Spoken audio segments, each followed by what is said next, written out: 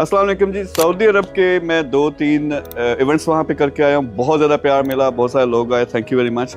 लेकिन खुशखबरी ये है कि बहुत सारे प्रोजेक्ट्स हम जिस पे सालों से काम कर रहे थे, डेवलपमेंट के, रियल इस्टेट डेवलपमेंट के प्रोजेक्ट्स, वो वहाँ पे हम लॉन्च कर रहे हैं। उसमें कुछ पार्टनर्स हमारे फाइनल हो चुके हैं, कुछ अभी करने हैं। तो वो प्रोजेक्ट्स क्या हैं? सबसे पहले स्मार्ट सिटी का ओवरऑल प्रोजेक्ट है। हमारा एक विजन है 2030 का, कि बड़ा शहर जिसमें सस्टेनेबल और स्मार्ट टेक्नोलॉजी सारे इंटीग्रेट की जाए। सेकेंडली उसके साथ उसके फेजेस हैं। पहले फेज में एक 500 विलाज वाला हमारा प्रोजेक्ट है, फिर हमारे टावर्स का प्रोजेक्ट है, ये रियाद से स्टार्ट होगा, फिर जद्दा और दमाम के अंदर। तो अभी मैं ईद के फौरन बाद इन तीनों शहरों में इवेंट करने आ रहा हूँ, ये प्रोजेक्ट्स लॉन्च करने आ रहा हूँ। ये मेरी टीम, अगर इनको घुमा के दिखाएं, सारे यहाँ पे खड़े हैं।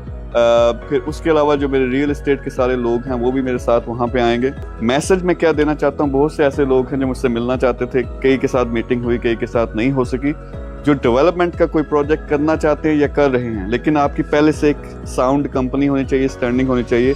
सऊदी अरब के अंदर मैं फुल फ्लैज जाने लगा हूँ। वहाँ डेवलपमेंट के हो सकता है विद इन 2 years 100 प्रोजेक्ट्स हम लॉन्च करें।